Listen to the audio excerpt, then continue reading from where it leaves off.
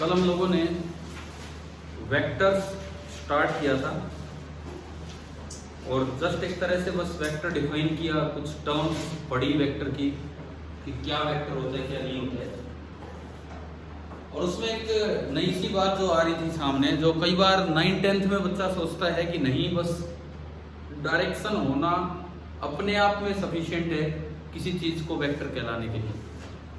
ऐसा नहीं है, कुछ स्पेशल लॉज होते हैं जो हम वेक्टर में पढ़ेंगे। अगर जब तक उन लॉज को आप फॉलो नहीं करोगे, चाहे आपके पास डायरेक्शन है, आप वेक्टर क्वांटिटी नहीं है। ठीक है। अब देखो एक दो टर्म्स होती हैं वेक्टर्स में, क्योंकि पूरी फिजिक्स में अलग अलग तरह का मोशन है, तो दो टर्म्स हैं, पहले मैं वो आपको बताऊं। एक को कहते हैं polar vectors and axial vectors. एक बार इन दो वेक्टर्स में हम डिफरेंस समझते हैं, पोलर वेक्टर्स और एक्सियल वेक्टर्स, इनमें क्या डिफरेंस होता है, एक बार ये चीज हम समझें। फिजिक्स में दो तरह की चीजें होती हैं। एक गाड़ी रोड पे जा रही है, गाड़ी का टायर सपोज किसी ने कोई सडन ब्रेक्स लगा दिए, हार्ड ब्रेक जिनको हिंदी भाषा में हम खड़े ब्रेक बोल देते हैं, तो हार्ड ब्रेक लगा दिए तो टायर रोटेट करता है या सीधा चलता है? हाँ, जब आप हार्ड ब्रेक लगाओगे तो टायर का रोटेशन बंद हो जाता है, गाड़ी नहीं रुकती। फिर नहीं तो फिर कोई एक्सीडेंट ही ना हो। मन में जब हार्ड ब्रेक लगा तो गाड़ी नहीं रुक पाती है, परंतु गाड़ी का रोटेशन रुक जाता है और टायर बिल्कुल कैसे चलता है? सीधा चलता है। इस मोशन को कहते हैं ट्रांसलेटरी मोशन, ट्रांसलेशनल मोशन। एक गाड़ी का टायर किसी कीचड़ में फंस गया, गाड़ी का टायर कहीं पे किसी कीचड़ में फंस गया है, ड्राइवर कोशिश कर रहा है एक्सेलरेटर दबा के, रेस दबा के बाहर निकालने की, क्या होता है टायर पे? ओनली क्या करेगा वो? रोटेट। देखा है ना कभी तो ऐसा, पीछे खड़े होकर मत देखना उसके, है ना और पता लग जाता हो तो क्या हो रहा है क्या नहीं। तो वो जो मोशन है वो कैसा मोशन है? रोटेटरी। तो दो तरह के मोशन हैं, दोनों के लिए अलग अलग तरह के वेक्टर्स हैं। पोलर वेक्टर्स जो ट्रांसलेशनल इफेक्ट को बताने के काम आते हैं, जो ट्रांसलेशनल इफेक्ट को बताने के काम आते हैं, उनको हम कहते हैं polar vectors. For example velocity, किसी गाड़ी की वेलोसिटी है 5 मीटर पर सेकेंड टुवर्ड्स ईस्ट, तो ये पोलर वेक्टर है। ठीक है, ये सीधा बता रहे हैं एक डायरेक्शन में कि भाई किधर है किधर नहीं। एक होते हैं एक्सियल वेक्टर्स। ये एक्सियल वेक्टर्स जो हैं, ये कौन सा इफेक्ट बताने के काम आते हैं? ये रोटेशनल इफेक्ट बताने के काम आते हैं, रोटेशनल इफेक्ट। और इसके कोरस्पॉन्डिंग इधर जो वेक्टर है उसको हम कहते हैं एंगुलर वेलोसिटी। अगर 9th-10th तक ये टर्म नहीं आई है तो आगे 11th-12th में आनी है। एंगुलर वेलोसिटी मतलब जैसे पंखा घूमता है तो बोला जाता है कि इसकी एंगुलर वेलोसिटी सपोज 10 रेडियन पर सेकेंड, मतलब एक सेकेंड में कितना घुमा है? जरा सा घुमा, कितना? 10। थोड़ा सा और फास्ट हुआ 100 रेडियन पर सेकेंड। तो ये कौन से वेक्टर हैं आपके? एक्सियल। एक एक्सिस के अबाउट रोटेशन होना, ये एक्सियल है। अब पोलर वेक्टर की तो डायरेक्शन बतानी आती है, एक्सियल वेक्टर तो यूं घूमता हुआ वेक्टर बनाए भी कैसे और उसकी डायरेक्शन भी कैसे बताएं? एक्सियल वेक्टर हम बनाए भी कैसे और उसकी डायरेक्शन भी कैसे बताएं? तो इधर सुनिए, पोलर वेक्टर में तो डायरेक्शन फिक्स है, जैसे वेलोसिटी है 10 मीटर पर सेकेंड अलोंग ईस्ट, 10 मीटर पर सेकेंड अलोंग ईस्ट, तो ये वेलोसिटी होगी। ठीक है।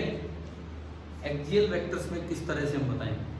एक्सियल वेक्टर्स में बताने का तरीका होता है, जैसे मान लो कोई चीज जिस भी तरह घूम रही है, अपने राइट हैंड की उंगलियों को उस तरह घुमाए, अंगूठा जो आएगा ना वो वेक्टर की डायरेक्शन देगा। सपोज बोर्ड पे कोई यूं घूम रहा है, ये क्लॉकवाइज है कि एंटी क्लॉकवाइज? घड़ी की सुई इससे उल्टी चलती है।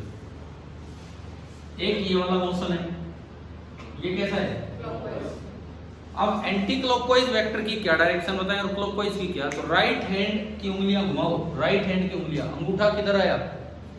राइट हैंड की उंगलियां घुमाने पे अंगूठा किधर आया, बाहर की तरफ, ठीक है, बाहर की तरफ अंगूठा आ रहा है। इसका मतलब जो एक्सियल वेक्टर है, एंटी क्लॉकवाइज एक्सियल वेक्टर किधर होगा, बाहर की तरफ होगा, और क्लॉकवाइज एक्सियल वेक्टर किधर होगा, अंदर की तरफ। तो इस वेक्टर की तो डायरेक्शन बताई जाएगी सर्कल के अंदर डॉट, इस वेक्टर की डायरेक्शन बताई जाएगी सर्कल के अंदर डॉट। हाँ भाई, बीच में ये दिख रही थी स्क्रीन या बीच में बंद हो गई थी आप लोगों को? ना ठीक है, बीच बीच में फोन आ जाते हैं जस्ट इसलिए लिंक सेंड करवाने के लिए। तो मैंने कल भी कहा था, वैसे आज लिंक सेंड कर भी दिए थे, तो अभी मैं फोन अटेंड भी नहीं कर रहा हूँ। इधर देखना, एंटी क्लॉकवाइज एक्सियल वेक्टर की डायरेक्शन होगी आउटवर्ड और क्लॉकवाइज एक्सियल वेक्टर की डायरेक्शन होगी इनवर्ड। और ये सिंबल होते हैं, सर्कल में क्रॉस लगाने का मतलब है इनवर्ड डायरेक्शन और सर्कल में डॉट लगाने का मतलब है आउटवर्ड डायरेक्शन। शायद हमें ये समझ आ गया है, ठीक है। हाँ भाई, सभी को पोलर और एक्सियल दोनों वेक्टर क्लियर है, क्या डिफरेंस है? ठीक है। अब हम समझेंगे किसी क्वांटिटी को चेक करना है कि ये वेक्टर है या नहीं है, ये चेक करना है कि ये वेक्टर है या नहीं है। एक क्वेश्चन लिखो, इसके बाद ये नोट हो गया हो तो एक क्वेश्चन लिखना।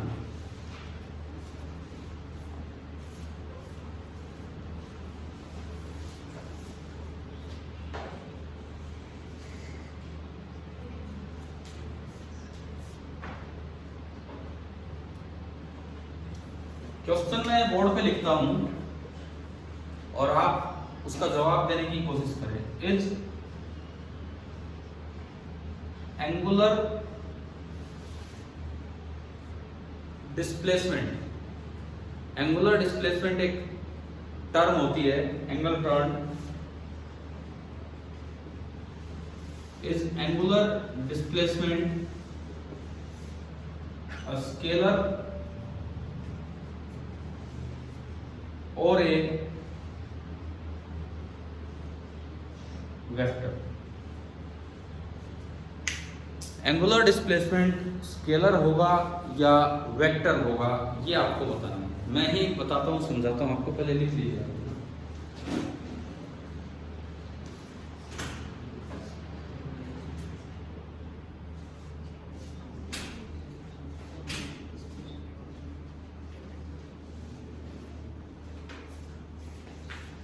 हम लोग जानते हैं एंगुलर डिस्प्लेसमेंट क्या होता है।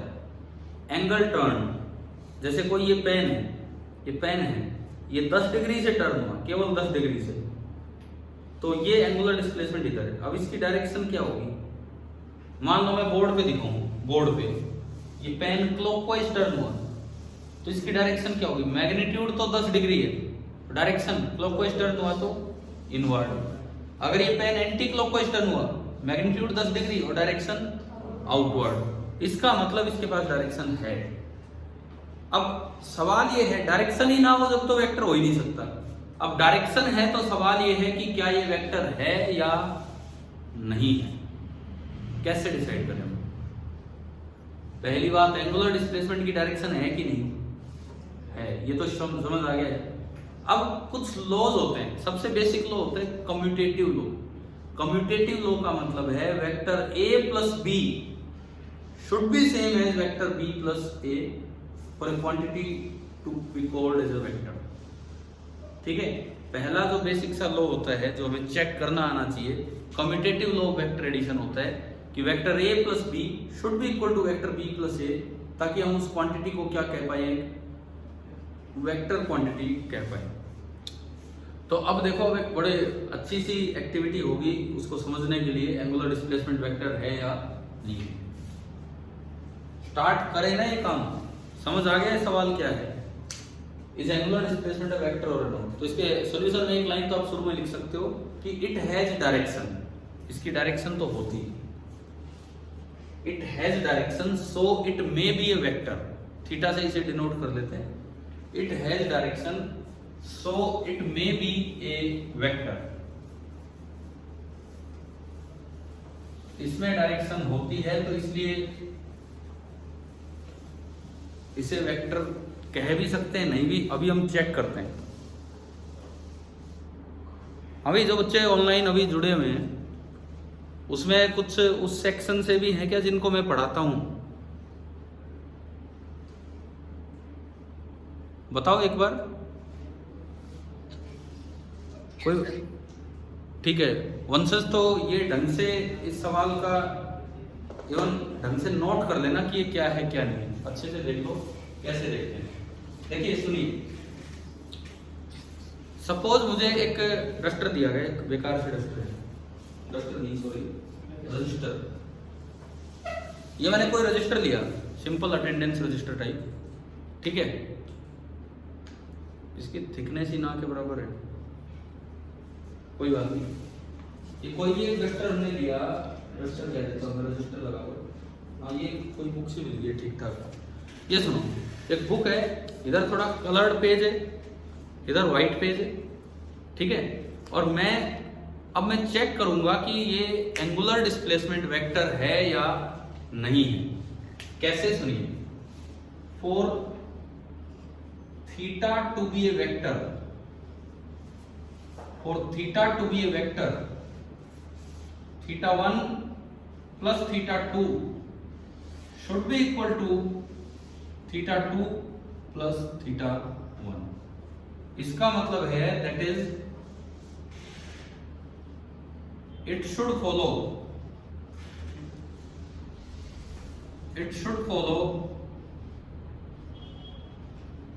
commutative law of vector addition। It should follow commutative law of vector addition। अब चेक करते हैं कि कैसे होगा। मैं 90-90 डिग्री के दो रोटेशन दूंगा और फिर देखेंगे थीटा 1 प्लस थीटा 2 और थीटा 2 प्लस थीटा 1 सेम आता है कि नहीं। आप सिंपल एक बुक से देख सकते हो। सपोज ये बुक का कलर्ड पेज आगे की तरफ है, मैं इसको पहला रोटेशन देना चाह रहा हूं थीटा 1। इस सिचुएशन से मैं थीटा 1 देना चाह रहा हूं 90 डिग्री क्लॉकवाइज, 90 डिग्री क्लॉकवाइज। कैसे? यूं दिया मैंने, यानी कि थीटा 1 मैंने किधर लिया, अंदर की तरफ, और कितना लिया 90 डिग्री। मैं पहला जो थीटा 1 लेके चलूंगा, theta 1 this is 90 degree inward, ठीक है। कैसे देंगे रोटेशन, समझना इसको ध्यान से। इस तरह घुमाओ कि अंगूठा अंदर आए, इस तरह घुमाओ कि अंगूठा अंदर आए। कैसे करें? यूं टर्न करेंगे। तो हमने इसको यूं टर्न किया तो एक 90 डिग्री का रोटेशन हो गया, और ये लिखा हुआ अनूप फोटोस्टेट, ये सीधा हो गया। हमने यूं स्टार्ट किया था बुक को, ठीक है, और ये यूं सीधा हो गया। चलो एक बार फिर से सुनो, करना क्या है, कैसे चेक करते हैं कि थीटा 1 प्लस थीटा 2 और थीटा 2 प्लस थीटा 1 सेम आएगा कि नहीं। मान लो मैंने बुक को किसी भी ओरिएंटेशन में रखा, इस पे कुछ लिखा हुआ है, मुझे जो दिख रहा है हल्का फुल्का अनूप फोटोस्टेट लिखा हुआ है। तो अनूप फोटोस्टेट ऐसे लिखा हुआ है ना भाई। मैं सपोज इसको एक थीटा 1 देता हूं 90 डिग्री अंदर की तरफ, तो क्या मुझे ऐसे टर्न करना होगा कि नहीं? थीटा 1 90 डिग्री अंदर है, और थीटा 2 में देता हूं 90 डिग्री उधर, तो बताओ कैसे टर्न करें? थीटा 2 में देता हूं 90 डिग्री उधर, 90 डिग्री उधर, तो यूं। तो मेरी तरफ बुक का फ्लैट फेस आ गया, ये प्लेन वाला फेस आ गया। एक बार रिवाइंड करते हैं, शुरू से चलते हैं। यूं रखा था हमने अनूप फोटोस्टेट को, है ना, 90 डिग्री इनवर्ड, 90 डिग्री यूं, तो 90 डिग्री यूं हो गया, और उसके बाद 90 डिग्री यूं, तो 90 डिग्री यूं। बुक का ये वाला पेज मेरे सामने आया, ठीक है। इसका मतलब ये है कि अगर मैं थीटा 1 लूं 90 डिग्री अंदर की तरफ, और थीटा 2 लूं 90 डिग्री इधर की तरफ, मैंने दो लिए हैं, थीटा 1 90 डिग्री अंदर की तरफ और थीटा 2 ये। मैं एक बार इसको हटाता हूं नीचे से,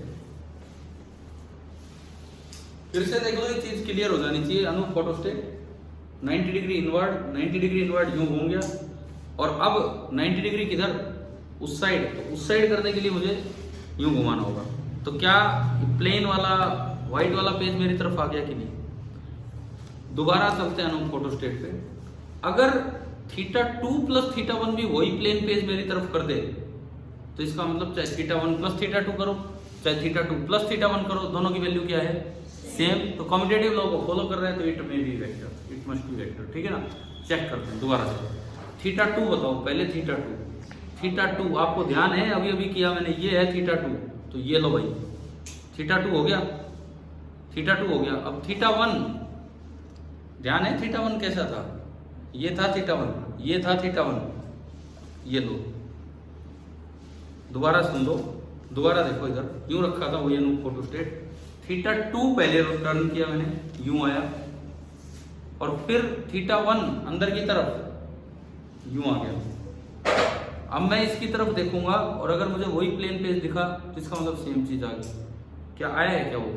वो तो नहीं आया, यहाँ तो कुछ और ही दिख रहा है हमें। तो क्या थीटा 1 प्लस थीटा 2 ने और थीटा 2 प्लस थीटा 1 ने सेम जगह पहुंचा दिया हमें? नहीं। It means theta 2 plus theta 1 is not equal to theta 1 plus. यार कितना आसान इसको चेक करना। क्या आपको कम्यूटेटिव लॉ वेक्टर का चेक करना आ गया है? एंगुलर डिस्प्लेसमेंट, हमारे हाथ की बात थी एंगुलर डिस्प्लेसमेंट, हमने कोई बुक ली उससे देख लिया एंगुलर डिस्प्लेसमेंट। एक बार फाइनली दोबारा देख लो। इस ओरिएंटेशन में मैंने बुक को रखा था, इस ओरिएंटेशन में थीटा 1 मैंने माना इनवर्ड और थीटा 2 मैंने माना इस साइड, 90-90 डिग्री के दो टर्न। थीटा 1 इनवर्ड तो यूं घुमाया और थीटा 2 यूं घुमाया, तो मेरे सामने बुक का ये प्लेन वाला पेज आ गया। अगर थीटा 2 प्लस थीटा 1 करके भी यहाँ से बुक का प्लेन वाला पेज आ जाता तो मतलब दोनों क्या थे? बिल्कुल इक्वल थे। इस बार मैंने थीटा 2 पहले दिया, थीटा 2 ये था इधर वाला, तो यूं घुमा दिया, और अब थीटा 1 ये था, ये अंगूठा देखना है, उसके लिए टर्न देखना है, तो इसको यूं किया, तो क्या वो आया? क्या वो प्लेन वाला पेज? नहीं आया। It means theta 1 plus theta 2 is not equal to theta 2 plus theta 1।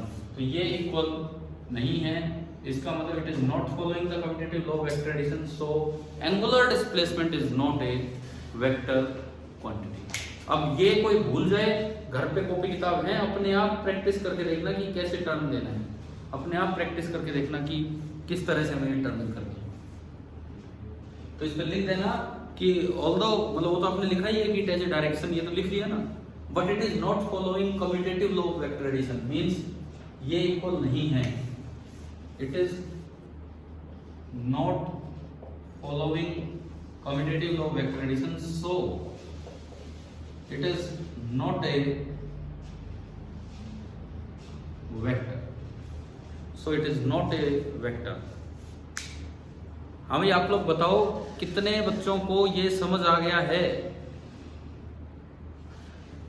आपको अगर यहां से हैंड रेज करना आता है तो आप कम से कम वो करके दिखा दीजिए कि हाँ ये क्लियर हुआ कि कैसे हमने चेक किया कि एक्सियल वेक्टर था कि नहीं था।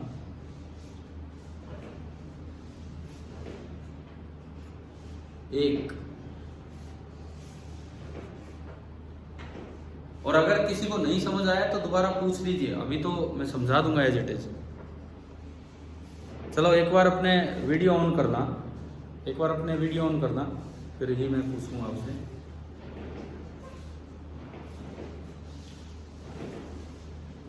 हाँ जी खुशी, खुशी क्लियर हो गया है ये किस तरह से देखा हमने? ठीक है। अंजलि आपको क्लास में करवा दिया था शायद, ही हमने क्लास में करवाया था कि एंगुलर डिस्प्लेसमेंट वेक्टर है, स्केलर है, ये वाला। ठीक है ठीक है ठीक है ठीक है, चलो ठीक है। बच्चे तो वीडियो तो ऑन करते ही नहीं है, कुछ एक करते हैं।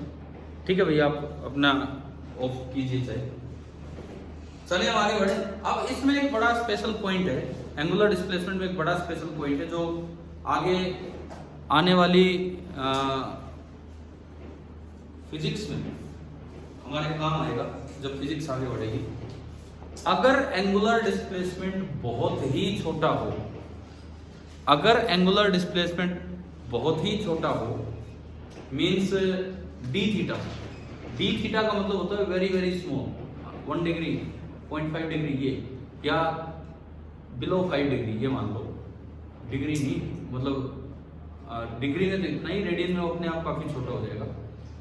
For small angles, for very small angle, for infinite small angle, d theta 1 plus d theta 2 is same as d theta 2 plus d theta 1। आप बुक से नहीं कर सकते, बुक में कैसे करोगे, इतना सा ऐसे घुमाओगे कैसे? एक बात बताओ, ये अगर मैं बुक से करने लग जाऊं, सबसे पहले मैंने अनूप फोटोस्टेट को पहला ये लिया था तो 90 डिग्री मतलब जरा सा, फिर जरा सा, समझ में नहीं आएगा कितना हुआ।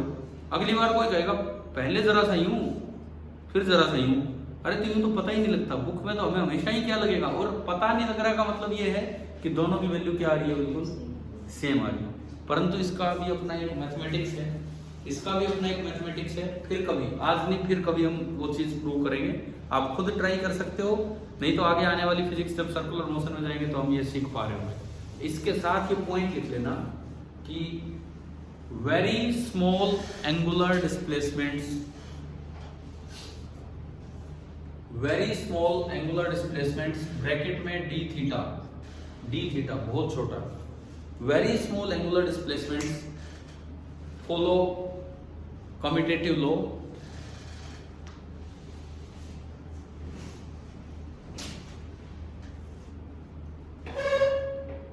very small angular displacements follow commutative law, so d theta is a vector। कभी हम ये भी जरूर चेक करेंगे मैथमेटिकली, मैंने अभी आपको बुक से करके दिखाया, उसमें डिफरेंस ही पता नहीं लग रहा है, इसका मतलब पक्का वो कहीं ना कहीं फॉलो कर रहा होगा, है ना। मैथमेटिकली भी हम आने वाले क्लासेस में कभी इसको प्रूव करेंगे। तो कल जो चीज पढ़ी थी कि वेक्टर क्या होता है क्या नहीं होता, उसी को थोड़ा आगे बढ़ाया। पोलर एक्सियल वेक्टर भी हमने देख लिए, समझ आ गया होगा मतलब। चलिए अब और आगे चलते हैं। क्या कल की क्लास में कोई टर्म रिजल्टेंट आई थी? तो हम अब रिजल्टेंट निकालना सीखेंगे दो वेक्टर्स का। उससे पहले एक छोटी सी बात, अगर किसी वेक्टर को आप पॉजिटिव नंबर से मल्टीप्लाई करते हैं तो उसका मैग्नीट्यूड उतने टाइम्स हो जाएगा, डायरेक्शन सेम रहेगी। कोई कहता है वेक्टर को 5 से मल्टीप्लाई करो, डायरेक्शन वही रहेगी, मैग्नीट्यूड 5 टाइम्स। अगर आप किसी वेक्टर को नेगेटिव नंबर से मल्टीप्लाई करते हैं जैसे -5 से, तो मैग्नीट्यूड तो 5 टाइम्स होगा और डायरेक्शन अपोजिट हो जाएगी, रिवर्स हो जाएगी, है ना। इतना भी लिखने की जरूरत नहीं, इतना तो आप दिमाग में रख सकते हो। अगर एक पॉजिटिव नंबर से वेक्टर को मल्टीप्लाई कर रहे हो, मैग्नीट्यूड उतने टाइम्स कर दो, डायरेक्शन सेम। नेगेटिव नंबर से कर रहे हो तो माइनस साइन छोड़ के मैग्नीट्यूड को मल्टीप्लाई कर दो और डायरेक्शन जो है वो अपोजिट। वही -5 से है तो मैग्नीट्यूड 5 टाइम्स और डायरेक्शन जो होगी वो बिल्कुल अपोजिट हो जाएगी, है ना। ठीक है, अब हम थोड़ा वेक्टर एल्जेब्रा स्टार्ट करेंगे। वेक्टर एल्जेब्रा, एक होता है वेक्टर कैलकुलस, वो नहीं पढ़ना हमें, पढ़ना तो पड़ेगा 12th तक जाते जाते, लेकिन अभी नहीं पढ़ेगा। वेक्टर एल्जेब्रा, तो नेक्स्ट हेडिंग अपनी वेक्टर एल्जेब्रा डाल के और उसके अंदर कुछ काम स्टार्ट करते हैं।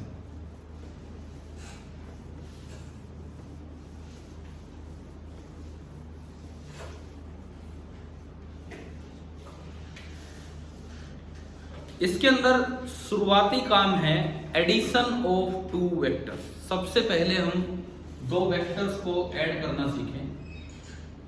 वेक्टर एल्जेब्रा में जो पहला हमारा काम चलेगा दैट इज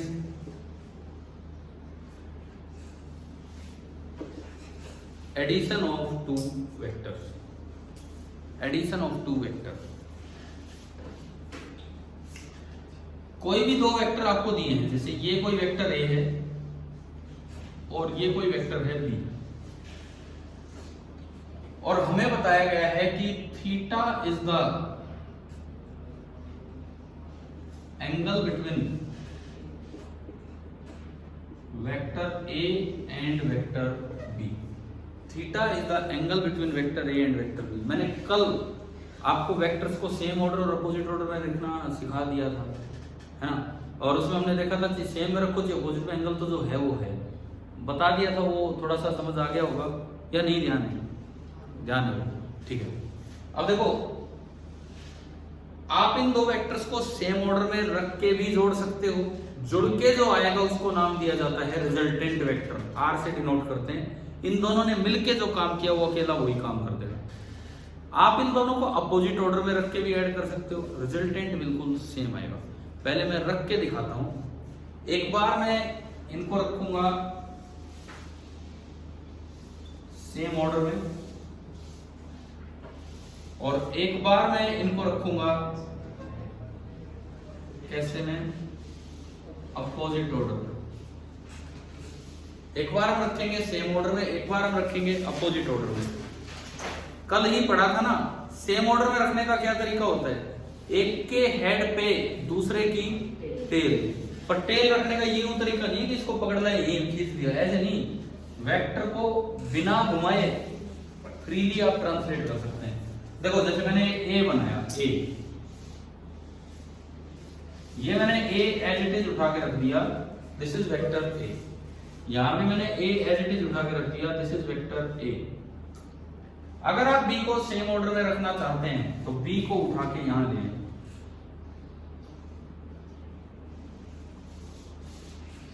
अरे क्या करवा दिया जाएगा। सेम ऑर्डर में रखना चाहते हो तो कहां लिखें, एक के हेड पे दूसरे की टेल। ये आपका हो गया वेक्टर बी। अगर आप अपोजिट ऑर्डर में रखना चाहते हैं तो टेल पे टेल या हेड पे हेड। टेल पे टेल तो टेल यहां ले आओ, हेड पे हेड तो बी को यहां ले जाओ, है ना। हम टेल पे टेल रख लेते हैं, ये आपका हो गया वेक्टर बी। रिजल्टेंट निकालने के दो सिंपल से रूल हैं, दोनों सेम है, देखने का रखने का तरीका अलग हो जाता है। आपने सेम ऑर्डर में अगर रखा है तो रिजल्टेंट वेक्टर होता है closing side of the polygon, closing side of the triangle taken in opposite order. Closing side of the triangle कौन सी बनेगी, ये बनेगी, ये बनेगी closing side of the triangle taken in opposite order, मतलब टेल पे टेल हो और हेड पे हेड हो, यानी कि इन दोनों का रिजल्टेंट ये है। रिजल्टेंट का मतलब है वेक्टर ए, रिजल्टेंट का मतलब है vector A plus vector B. आप ए में बी जोड़ रहे हैं, दिस इज द रिजल्टेंट, ठीक है। अगर ये लंबाई 5 है, ये 2 है, तो क्या ये 7 हो सकती है? नहीं, 7 तब होती जब ये बिल्कुल सीधा होता। मतलब मैं ये कह रहा हूँ ट्राइंगल की तरह आपको दिख रही है, ये लंबाई 5 है, 2 है, तो फिलहाल तो 7 नहीं है ना। मतलब 5 + 2 अगर कोई दो स्केलर होते तो सम हमेशा 7 आना था, लेकिन वेक्टर में 5 + 2 may be 3 may be 6 may be 7 कुछ भी हो सकता है, वो डिपेंड करेगा इस ट्राइंगल की इस लाइन की लंबाई। पैरेललोग्राम लॉ क्या कहता है, इस लॉ को तो नाम दिया जाता है, कौन सा लॉ है, वेक्टर एडिशन का, ट्राइंगल लॉ। और इधर जो मैं लॉ बता रहा हूं उसको क्या बोलते हैं, पैरेललोग्राम लॉ। एक साइड है ट्राइंगल लॉ और एक साइड है आपका पैरेललोग्राम लॉ। एक साइड ट्राइंगल लॉ, एक साइड पैरेललोग्राम लॉ, ठीक है। ट्राइंगल लॉ कहता है कि closing side of the triangle, दोनों वेक्टर्स को सेम ऑर्डर में रख दो, closing side of the triangle क्या देगा आपको, रिजल्टेंट देगा। पैरेललोग्राम लॉ क्या कहता है, दोनों वेक्टर्स को अपोजिट ऑर्डर में रख दो और फिर इनसे बनके मिलने वाली, इनसे मिलके बनने वाली एक पैरेललोग्राम बनाओ। कैसे बनाओगे, बी के हेड से ए के पैरेलल लाइन और ए के हेड से बी के पैरेलल लाइन, बी के हेड से ए के पैरेलल लाइन और ए के हेड से बी के पैरेलल लाइन। और अब ये जो बनेगा, ये क्लोजिंग साइड वाला चक्कर तो इधर था, यहां डायगोनल होगा। Diagonal starting from the common tail, it will give you the resultant. अगर आप इस तरह वेक्टर्स जचा के देखते हो तो इसको कहते हैं ट्रायंगल लॉ, उस तरह जचा के देखते हो रिजल्टेंट को तो उसको कहते हैं पैरेललोग्राम लॉ। बाकी फर्क नहीं है, सेम है, फर्क नहीं है। देखो मैं इसी डायग्राम में दिखाता हूँ, अगर कोई इस बी को यहाँ की बजाय उठा के यहाँ लगा दे तो क्या बन गया पैरेललोग्राम लॉ। भाई ये बी मैंने यहाँ लगाया तो ये दिखा है ट्रायंगल लॉ, सॉरी बी यहाँ लगाया तो पैरेललोग्राम लॉ। और अगर मैं बी को यहाँ देखूं तो क्या ये वही लॉ है कि नहीं, ट्रायंगल लॉ, यानी कि बिल्कुल सेम है, बिल्कुल ही सेम है, ठीक है। ये तो जताने वाली बात होगी भाई ये ट्रायंगल लॉ, ये पैरेललोग्राम। अब बात ये है कि रिजल्टेंट होगा कितना, भाई हमें तो ये दिखा दिया आपने, ये है वो है कितना इसका मैग्नीट्यूड और क्या है इसकी डायरेक्शन। तो अब वो एनालिटिकल काम करेंगे। एनालिटिकल काम मतलब कि इसका मैग्नीट्यूड और डायरेक्शन निकालेंगे रिजल्टेंट का। मैग्नीट्यूड तो आर की लंबाई होगी और डायरेक्शन होगी आर का ए के साथ एंगल। आर ने ए के साथ दिखा रखा है तो आर ने ए से कितना एंगल बनाया। तो अब मुझे दो चीजें यहाँ निकालनी है, दो चीजें मुझे यहाँ निकालनी है, एक तो मैग्नीट्यूड ऑफ आर जिसको हम इस तरह से रिप्रेजेंट कर लेते हैं, और दूसरा डायरेक्शन ऑफ आर। मान लो आर ने ए के साथ एंगल फाई बना दिया, फाई। ए और बी के बीच तो कितना एंगल है, थीटा। आर ने ए के साथ फाई एंगल बनाया, तो चाहे आप यहां देखिए और चाहे आप यहां देखो, तो दूसरी चीज मुझे डायरेक्शन निकालनी है, मतलब मुझे क्या निकालना होगा, फाई निकालना होगा। अब ये एनालिटिकल वर्क हम करेंगे। आप उससे पहले दो इन शॉर्ट ये डायग्राम से बना लो कि भाई ये ट्रायंगल लो है या फिर ये पैरेललोग्राम लो है। ये गिवन चीजें थी,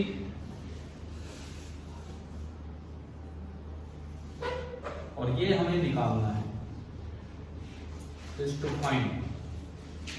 ये चीजें गिवन है, याद हो गए। ये तो रूल है जिस तरह से आप जजा के इनको लगा सकते हो, देख सकते हो, और फिर हम उनको निकालने के ऊपर एक एनालिटिकल वर्क करेंगे कि क्या ज्योमेट्री लगाएंगे जिससे वो निकल जाए।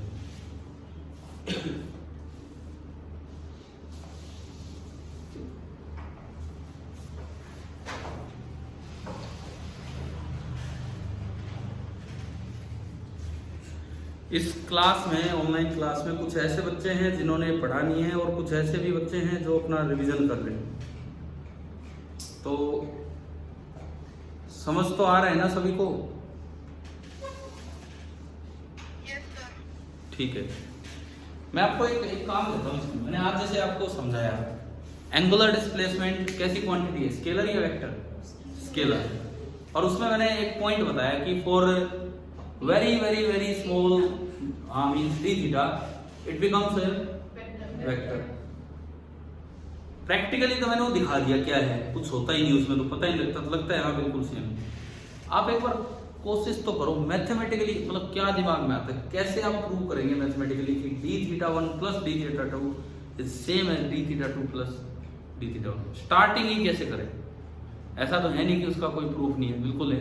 तो आप कोशिश करना एक बार, कुछ दिमाग लगे कि क्या है क्या नहीं, है ना? ठीक है, चलो अब ये इस पे करना चाह रहे हैं, एनालिटिकल मेथड लिख दो। ये मेथड क्या है, ये निकाल रहे हैं, इसे ये लिखा टू फाइंड। अब एनालिटिकल मेथड तो भाई किस तरह से हम निकालें।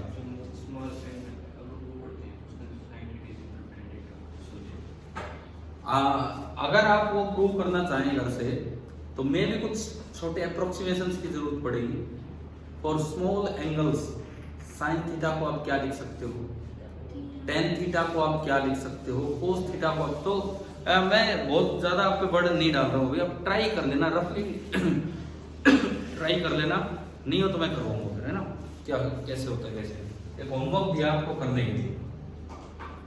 चलिए अब एनालिटिकल मेथड से आर और फाई निकालते हैं। फाई हमने माना है angle made by R with A. अगर ये मीटिंग बंद हो जाए दोबारा ज्वाइन कर लेना रोज की तरह उसी लिंक से। मैंने एक डायग्राम बनाया, ये वेक्टर है वेक्टर ए, मतलब इसकी लंबाई ए है। सपोज ये हमने बना दिया वेक्टर बी, इसकी लंबाई बी है। चाहे मैं ट्रायंगल वाला डायग्राम बनाऊं चाहे पैरेललोग्राम वाला, इस लाइन की लंबाई होगी आर, और आर ने ए के साथ जो एंगल बनाया है that is phi, this is B. A और बी के बीच का एंगल ये सेम ऑर्डर में रख के बनाया मैंने। फिलहाल ए और बी के बीच का एंगल कौन सा है, थीटा। बाहर वाला कि अंदर वाला? अंदर वाला नहीं, मैंने कल समझाया था कि angle between the two vectors is the angle between their direction. इसकी डायरेक्शन ये है और इसकी डायरेक्शन ये है, तो आप इनके बीच का एंगल निकालोगे और ये एंगल कितना है, थीटा। इनके बीच का एंगल निकालोगे एंड दिस इज थीटा। ठीक है ना? ये दिया हुआ है, ये गिवन है। हमें ए दे रखा है, बी दे रखा है और थीटा दे रखा है। हमें आर निकालना है और फाई निकालना है। अब हम तरीका सीखते हैं कि भाई कैसे होगा। सबसे पहली बात तो दो फॉर्मूले। पहला फॉर्मूला, जो आर का मैग्नीट्यूड होता है, रिजल्टेंट का जो मैग्नीट्यूड होता है that is equal to under root of A square plus B square plus 2 into A into B और इंटू cos थीटा। अगर ये स्केलर नंबर होते, कोई डायरेक्शन का चक्कर नहीं होता, तो r बराबर a प्लस बी होना था बस। 5 जूल कोई वर्क हुआ, वर्क एक स्केलर है, उसी पे 10 जूल और वर्क हो गया, तो टोटल वर्क श्योर है कि कितना होगा, 15 जूल, कोई चक्कर ही नहीं उसमें डायरेक्शन का। लेकिन 5 न्यूटन फोर्स एक पे लगा, उसी पे 10 न्यूटन फोर्स और लगाए, तो रिजल्टेंट 15 न्यूटन होना कोई जरूरी नहीं है। डिपेंड करेगा कि उन दोनों के बीच का एंगल क्या है, और फिर रिजल्टेंट यहां से आएगा। और दूसरा formula, let R vector makes an angle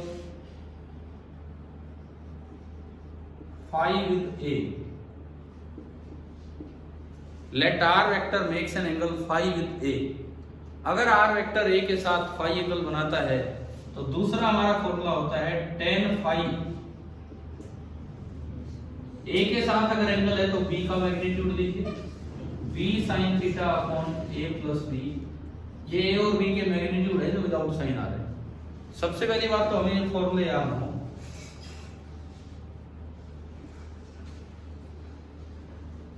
सबसे पहली बात तो हमें फॉर्मूले याद हो, उसके बाद हम आगे बढ़ेंगे। पहला काम करेंगे, इनको प्रूव करेंगे, ये फॉर्मूले कैसे प्रूव होंगे। रिजल्टेंट निकालने के ये दो मेथड हैं।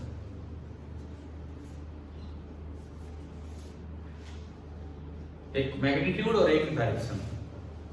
अब हम इनका प्रूफ देखते हैं। प्रूफ बहुत आसान है, और अगर आप स्कूल में, वैसे तो कोचिंग सेक्शंस में कोई सब्जेक्टिव पेपर इस तरह के नहीं होते हैं, जो नॉन कोचिंग सेक्शंस होते हैं उनमें स्कूलों में पहले तो हुआ करते थे सितंबर एग्जाम, देन दिसंबर एग्जाम। आप भी जब छोटे होंगे आपने सुना होगा 3 बार एग्जाम होते थे।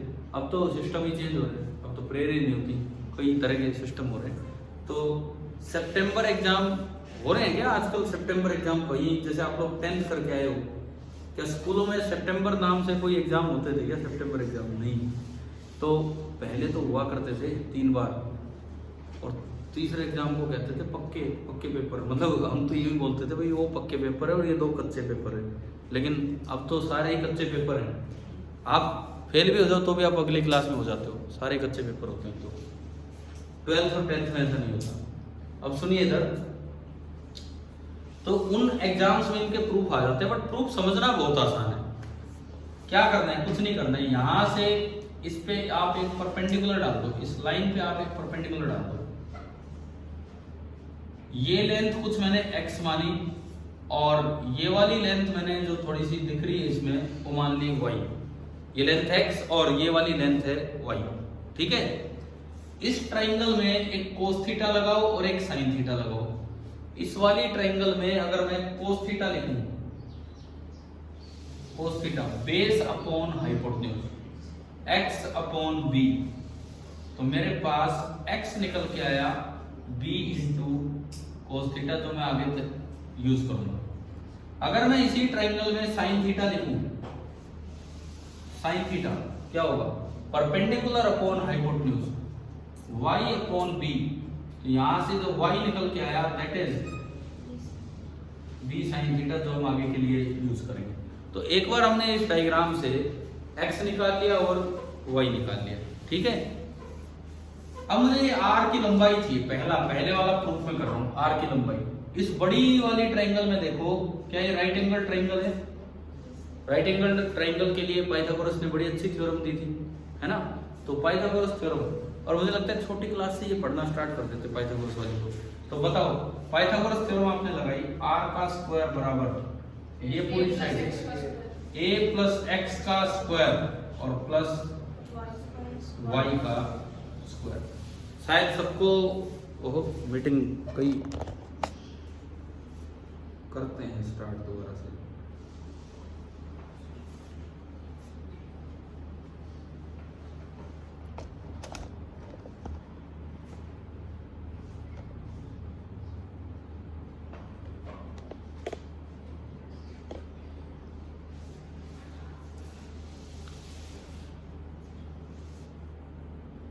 देखो, अगर मैं इस पूरी बड़ी वाली ट्राइंगल में देखता हूं, तो बड़ी वाली ट्राइंगल में बेस परपेंडिकुलर और ये सब आपने पाइथागोरस थ्योरम लगा दिया।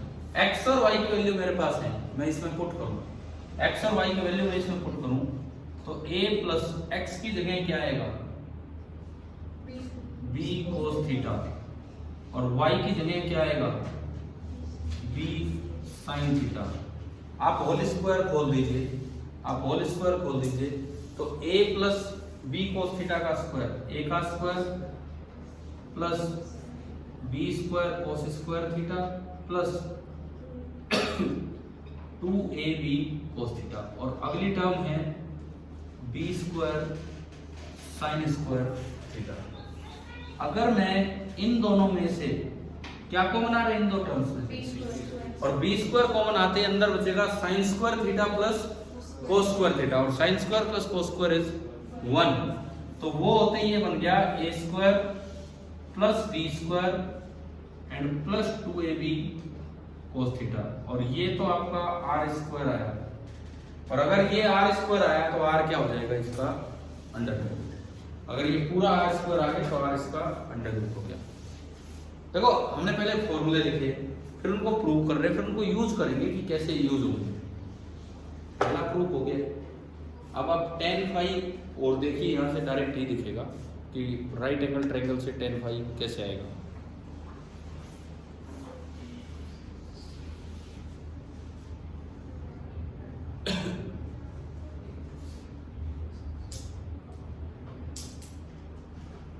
दिख रहा है tan फाई क्या होगा, y upon a plus x, और बस उसमें वैल्यू पुट कर दी, y की वैल्यू कितनी है b sin theta upon a plus x, और x की वैल्यू कितनी है b cos थीटा, तो डायरेक्ट ही दिख रहा है हमें, tan फाई हो गया y upon a plus x, और उससे दूसरा भी प्रूफ हो गया, लिख लोगे ये भी अपने आप, है ना।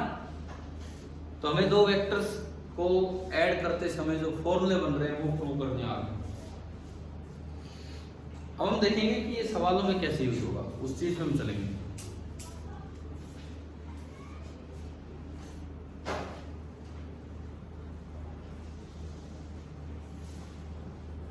डाल देता हूं इसको, ठीक है।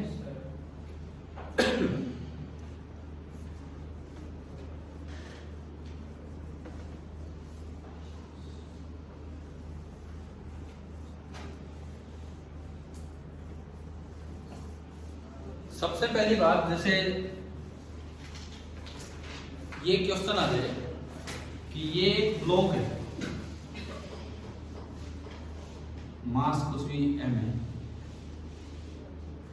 इस ब्लॉक पे ना दो फोर्स लगाए जा रहे हैं,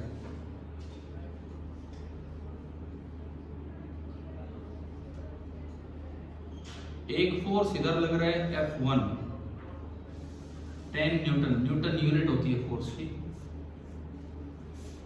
और एक फोर्स इधर लग रहा है F2 6 न्यूटन, और इनके बीच का एंगल दे दिया 60 डिग्री, और क्वेश्चन में पूछा है कि find the magnitude of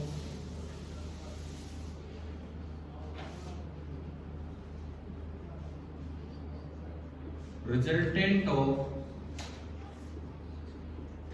F1 and F2। अगर ये स्केलर होता तो जुड़ के नंबर सीधा आता, क्या आंसर आता 16, लेकिन फिलहाल वेक्टर है तो एंगल पे डिपेंड करेगा, तो ये आप देखिए कीजिए कि क्या है क्या। देखो ऐसे में अगर आप फॉर्मूला लगाएं, सबसे पहली बात मैं डायरेक्शन भी दिखा देता हूँ उसमें। ये जो दो वेक्टर आपने यहाँ दिखाए हैं, ये सेम ऑर्डर में रखे हैं कि अपोजिट ऑर्डर में, ये सेम ऑर्डर में रखे हैं कि अपोजिट ऑर्डर में, अपोजिट ऑर्डर, अपोजिट ऑर्डर में, अपोजिट ऑर्डर में अगर रखे हैं तो पैरेललोग्राम कंप्लीट किया, तो इसका जो रिजल्टेंट आएगा ये बनेगा, ये रिजल्टेंट इधर आएगा, और मान लो इसके साथ किसी फाई एंगल पे आया, हमसे इतना पूछा ही नहीं, हमसे तो खाली मैग्नीट्यूड पूछा है, तो हम तो डायरेक्ट वो फॉर्मूला लगाएंगे मैग्नीट्यूड का, F will be equal to under root of, formula लगाया F1 square plus F2 square plus 2f1 f2 into cos of 60 degree. ये आपका रिजल्टेंट का फॉर्मूला आ गया कि रिजल्टेंट इस तरह से निकाला जाता है ना। तो this is equal to under root of f1 square 10 का स्क्वायर 100, f2 का स्क्वायर 36 प्लस 2 इंटू 10 इंटू 6 और cos 60 डिग्री हाफ होता है, 2 से 2 गया 60, तो ये आ गया अंडर रूट ऑफ 196, कितना होता है 14। तो ये आपका रिजल्टेंट आ गया 14। बाई चांस आ गया तो बाहर, नहीं तो अंडर रूट में भी रह सकता था। तो ये आपका रिजल्टेंट निकालने का तरीका आ गया। और सपोज इसमें f1 के साथ r का एंगल भी पूछा होता, बाई चांस अगर हमें f1 के साथ r का एंगल भी बताना होता है या हॉरिजॉन्टल लाइन के साथ रिजल्टेंट फोर्स का एंगल बताना होता, तो दूसरा फॉर्मूला और इसमें यूज हो जाता, tan phi फॉर्मूला था b sin थीटा। b मतलब दूसरा, ये एंगल किसके साथ बना है f1 के साथ, तो b का मतलब है दूसरा f2 कितना है 6 into sine theta upon a मतलब जिसके साथ आप एंगल बना रहे हो, प्लस b cos थीटा। ये था हमारा फॉर्मूला। कैसे हमें अप्लाई करना है ये समझ आना चाहिए। b sin theta upon a plus b cos theta. अब आपको पता होना चाहिए कि b कौन सा लेना है और a कौन सा लेना है, ठीक है। आपने इसको आगे बढ़ाया, sin 60 डिग्री कितना होता है अंडर रूट 3/2, 2 से 6 कटेगा तो ऊपर क्या आया 3√3 अपॉन 10 प्लस cos 60 1/2 3, तो ये आ गया 3√3 अपॉन 30। हम नहीं जानते कौन सा डिग्री में क्या एंगल है, तो ऐसे में एंगल बताने का तरीका होता है कि आप इसको इनवर्स में लिख दो, रेडियन में एंगल आ जाता है 3√3/30। ये भी एक तरीका होता है एंगल बताने का। तो ये फॉर्मूला कैसे यूज करना है दो वेक्टर्स के एडिशन का, मैग्नीट्यूड और डायरेक्शन, क्या हमें समझ आ गया है? हमें बताओ बच्चों, क्लियर हुआ यहाँ तक जो पढ़ाया आज? ठीक है, आगे कल कंटिन्यू करते हैं और कल का टाइमिंग आपके ग्रुप पे शेयर कर दिया जाएगा।